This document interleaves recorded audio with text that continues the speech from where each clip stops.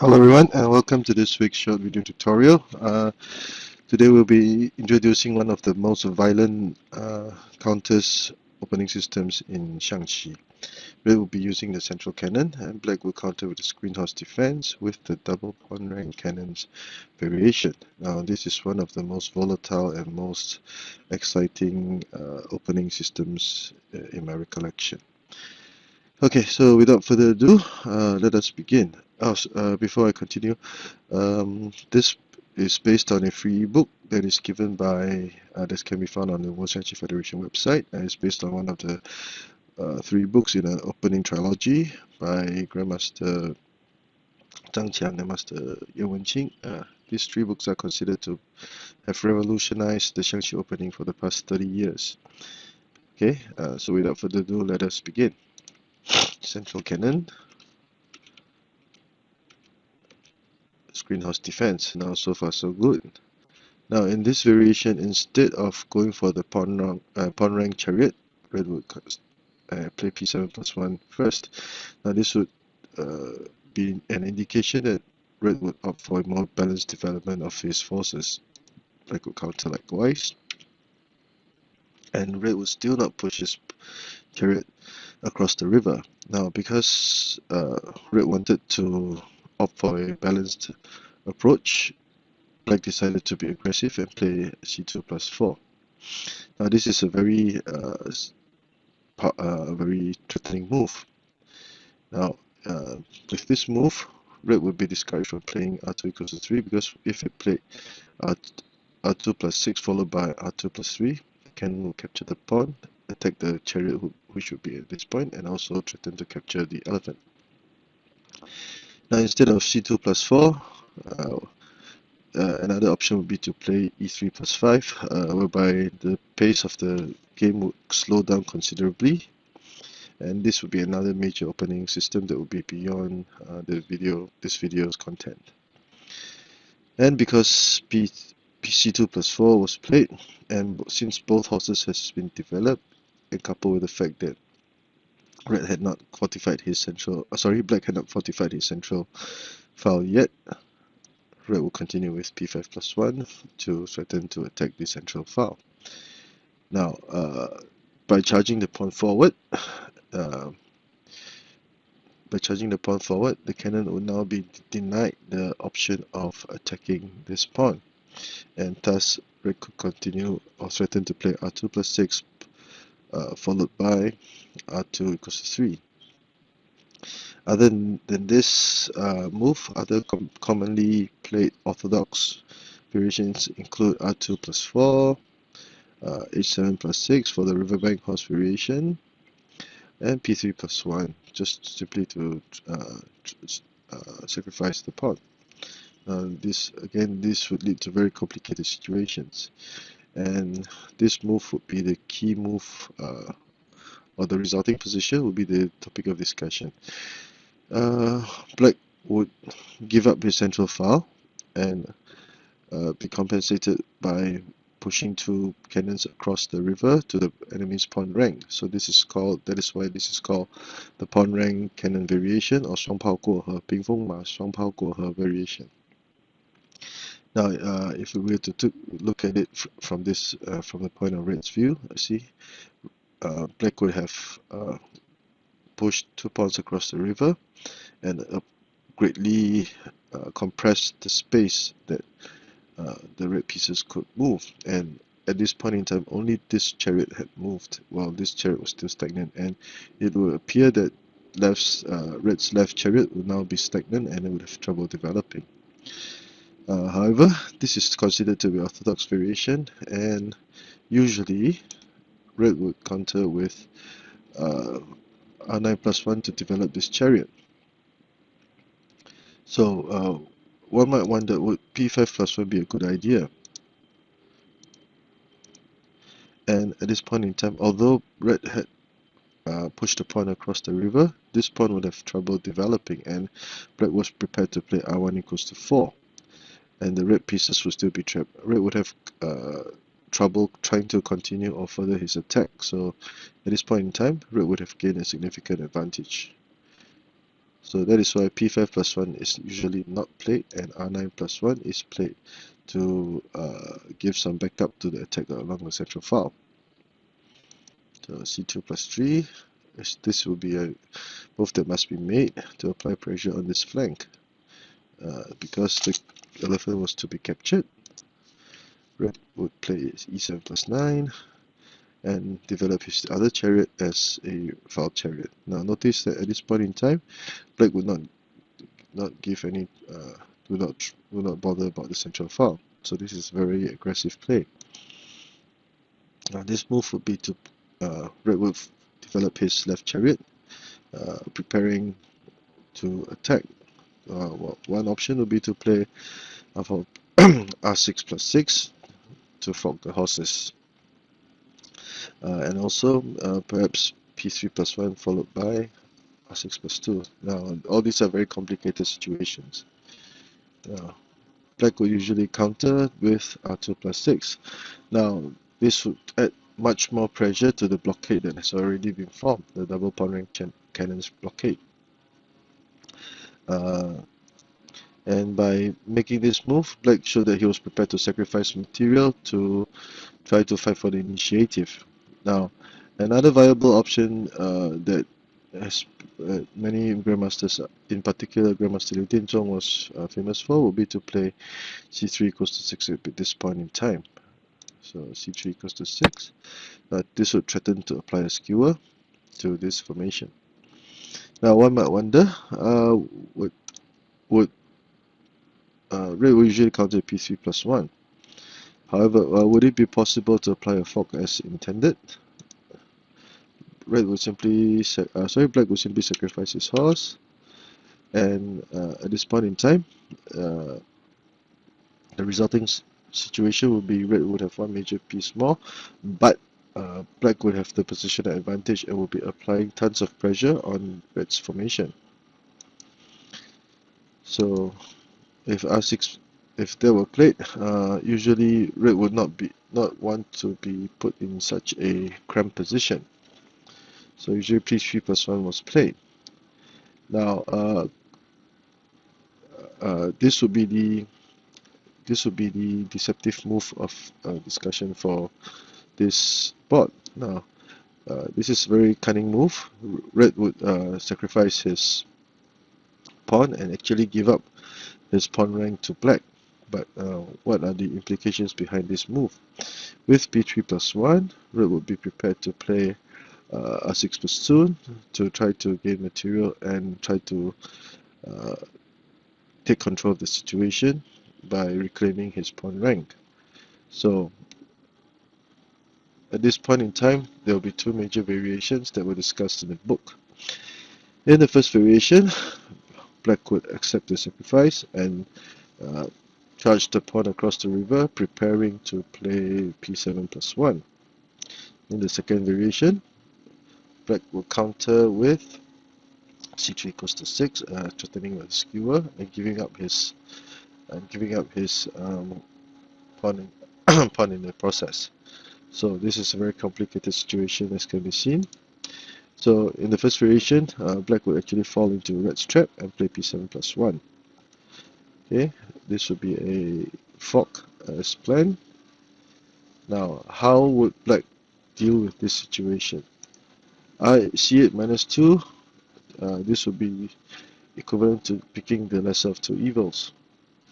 Retreating the cannon would be the more expedient move in this situation. Now, would it be possible for black to be aggressive and play h7 plus 1 so that if red played r6 equals to 2 to capture the cannon, after trading material, black would be prepared to push the pawn forward. Now we shall see. If that were the case, this would be the expected move that red will counter, and he will not capture the cannon at this point in time. Now what would happen if he captured the pawn? So this is a very complicated position, and again this will be a fork. Both red houses are under attack. Red will link the houses up, and the black pawn will attack. and black would play p6+1 to attack the red palace. Now, threatening to deliver a check at this point in time would not be viable, because red would simply move his cannon away and still offer protection while threatening to capture the black cannon. Now, because of the cramped position, this black cannon would not have any good place to move, and once the black cannon was captured or traded away, black's attack will basically be stopped and the momentum will swing back to red's favor. So p6+1 is usually advocated, and red would usually continue with r6-2 to retreat his chariot to pin the black cannon, sacrificing his cannon in the process. Now, would it be a good idea to try to move the cannon to safety? The answer would be a resounding no, because now red would have voluntarily given up the central file, and black would now be prepared to play p6 =5. Now black would be able to master a very powerful attack. So black would have a significant advantage. Notice that in all the variations that were given in the book and this opening system, there was very little room for error. It's a very tense situation on the board. So usually r6-2 was played, whereby red would counter-sacrifice a piece to try to attack. And red would now be prepared after counter-sacrificing material. As can be seen, red would now be prepared to play c5+1 or attack the central file, etc, etc, etc, and red would now have a superior advantage in this position. So black would have a hard time dealing with these two pieces, and the underdevelopment of his black horse would now be an issue whereby he will have trouble trying to deal with. So in this subvariation, a quick recap: you can see the moves here. r6=2 to capture the cannon is not viable. So instead, p5+1 is usually played. Black would continue with h6+7, check, check, and after charging the pawn so deep into red's territory, would red play r6+1, and black would continue with e3=5 to launch a counteroffensive.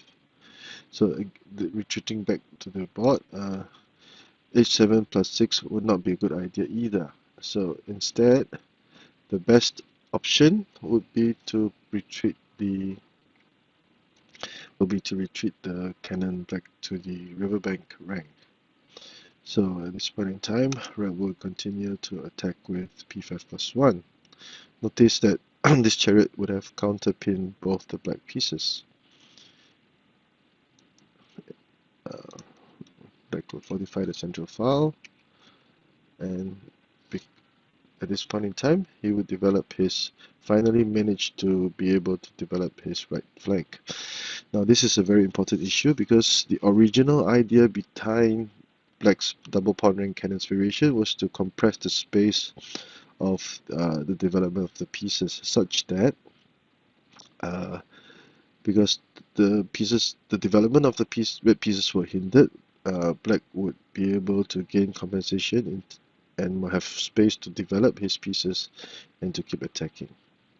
Now, because red was able to develop his right flank, black's motives would have been foiled. So now black would be in trouble.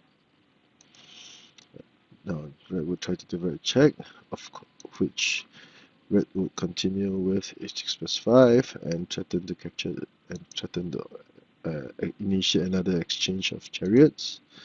But as can be seen, the original blockade that black had placed red into was now completely broken, and both red's left horse, which will be one of the weak points of red's formation for this variation, will now actually be developed and ready to go. Now H. It will also threaten to capture the black pawn for the tiger-headed horse. This if the horse is at this or this position, it will be called a tiger-headed horse, whereby it only take 2 moves to go to the elbow horse position for attack. So after several exchanges, black would now move the pawn behind, and it would seem that black would have survived the storm and did not sustain any major losses. However, the next red move would be brilliant in that red would actually threaten to capture the black horse and offer a trade of material. So this would be another dilemma for black. If black accepted the trade, this would be the move played. If he did not and tried to move the horse to safety, check, capture, and as can be seen, this horse will now have many options to make. Black could not play c equals to 5, or he will lose his chariot, and this horse cannot be played. So as can be seen, red would have 2 major pieces that are viable and very mobile for attack, while all of the black pieces were placed under pin. So red would have a significant advantage at this point in time. So that is why black chose to trade material. But after trading material, as can be seen, now there will be 2 red cannons, 4 red pawns, 2 black horses, and although black would have the extra pawn advantage with 5 pawns, but this black horse will now be under heavy attack, and there will not be much room for it to be developed. And once the pawn, this pawn will be much more threatening than this pawn, because once it were to able to charge forward, this horse will be in mortal danger and very viable to capture. So red would have a significant advantage and would have better prospects in the game. So this is a very complicated opening system, and we shall go over the first major line. So the pawn rank, black's pawn rank cannon, double pawn rank cannon variation. Note that there is also a variation whereby only one pawn is charged across the river. Well, this pawn is actually played to c8 plus 3, but this variation it's not very commonly seen now. This will be another topic. Rank chariot. And so far, these are considered to be the opening tabia. Now, at this point in time, this will be the move of deception, and in the first variation, p7 plus 1 was played. Now, after p7 plus 1, the issue would now be how would red try to stop or hinder black's attack. Okay, r6 plus 2, and it would be a better idea for black to retreat the cannon, but in doing so, red will now charge his pawn across the river, and after trading chariots, red would make another very aggressive move with h5 plus 6, forcing a trade of material again, and finally this position would be reached at move number 18, whereby the situation on the board now can be considered to be at the mid-game phase and about to enter the end-game phase, and generally speaking, red would have the better prospects. So that is why, p3 plus 1, a deceptive move. When red makes this move, it would not be a good idea to play p7 plus 1. So the recommended move in the book would be, the recommended move in the book would be c3 equals to 6, whereby black could voluntarily give up his blockade on this black horse and try to play and threaten with a skewer with c6 plus 1 on red's cannon rank. So at this point in time, there were 2 sub-variations that were discussed for red. The first would be h7 plus 6, whereby red would now be prepared to play p7, would sacrifice his cannon, but be compensated with an attack along the central file with c5 plus p5 plus 1, and also which should also be a discovered attack on this cannon. The other variation would be to play p3 plus 1. So let us see. After trading pawns, red will move the cannon to safety and apply much pressure, threaten the black horse and also the elephant in this file. Now, it would not be a good idea to retreat the cannon because check, trade of chariots.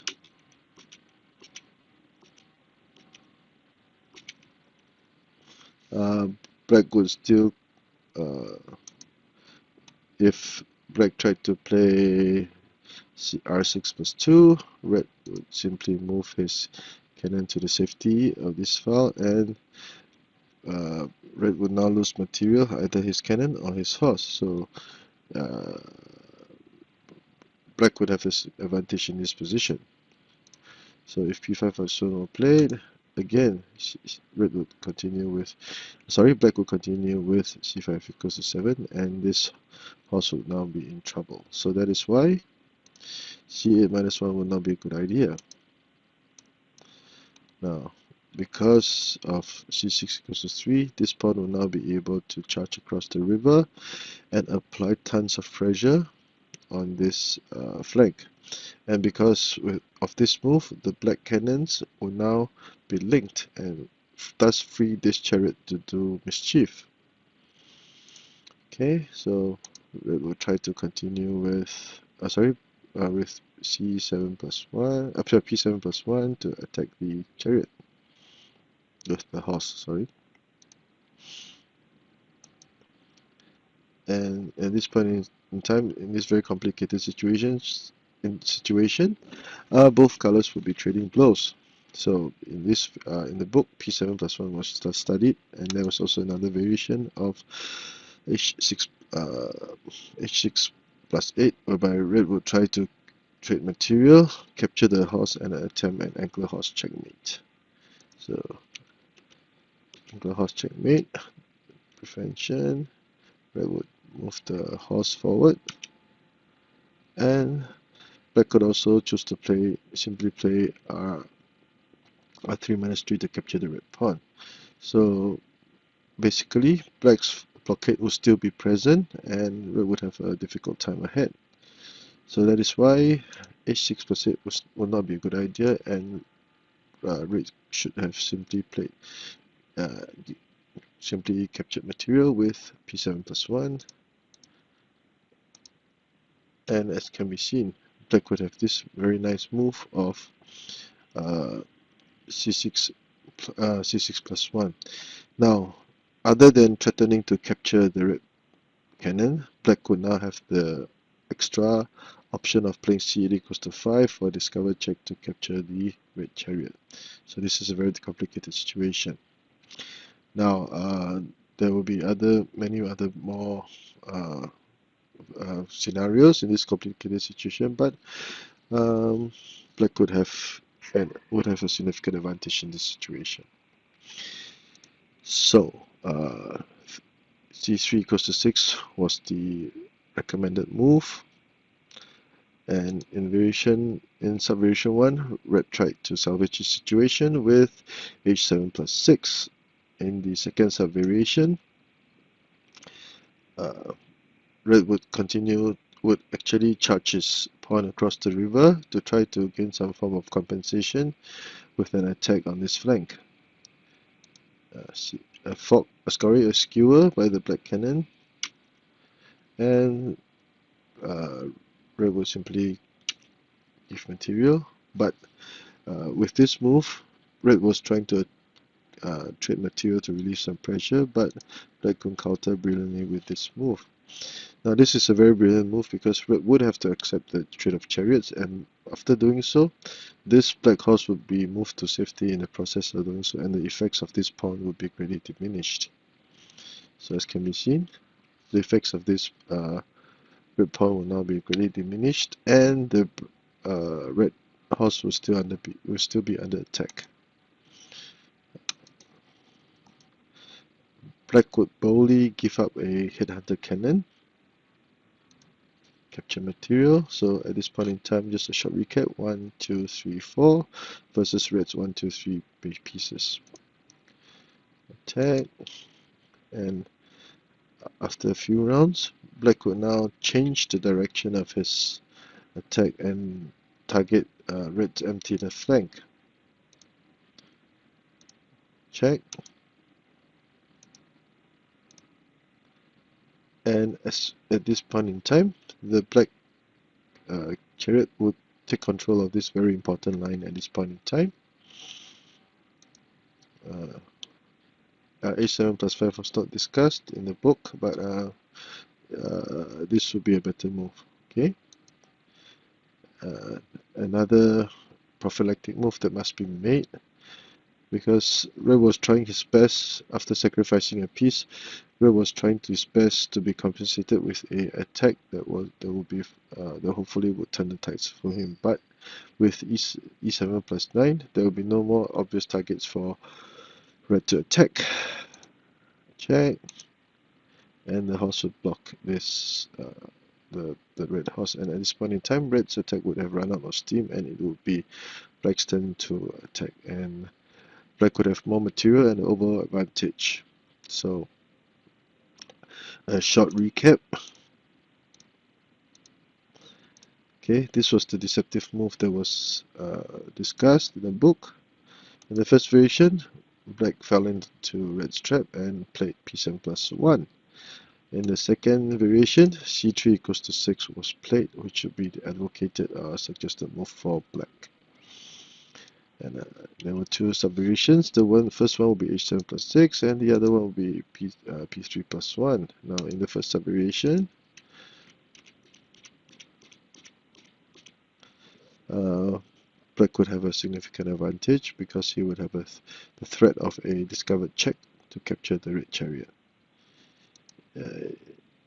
In the second sub-variation, red would play p3 plus 1. Again, it would not be a viable move, as black would now attack with a skewer.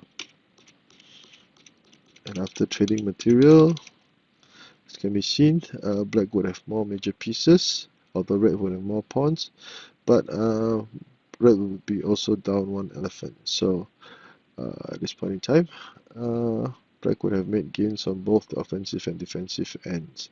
So black would have considered to have the advantage in this situation.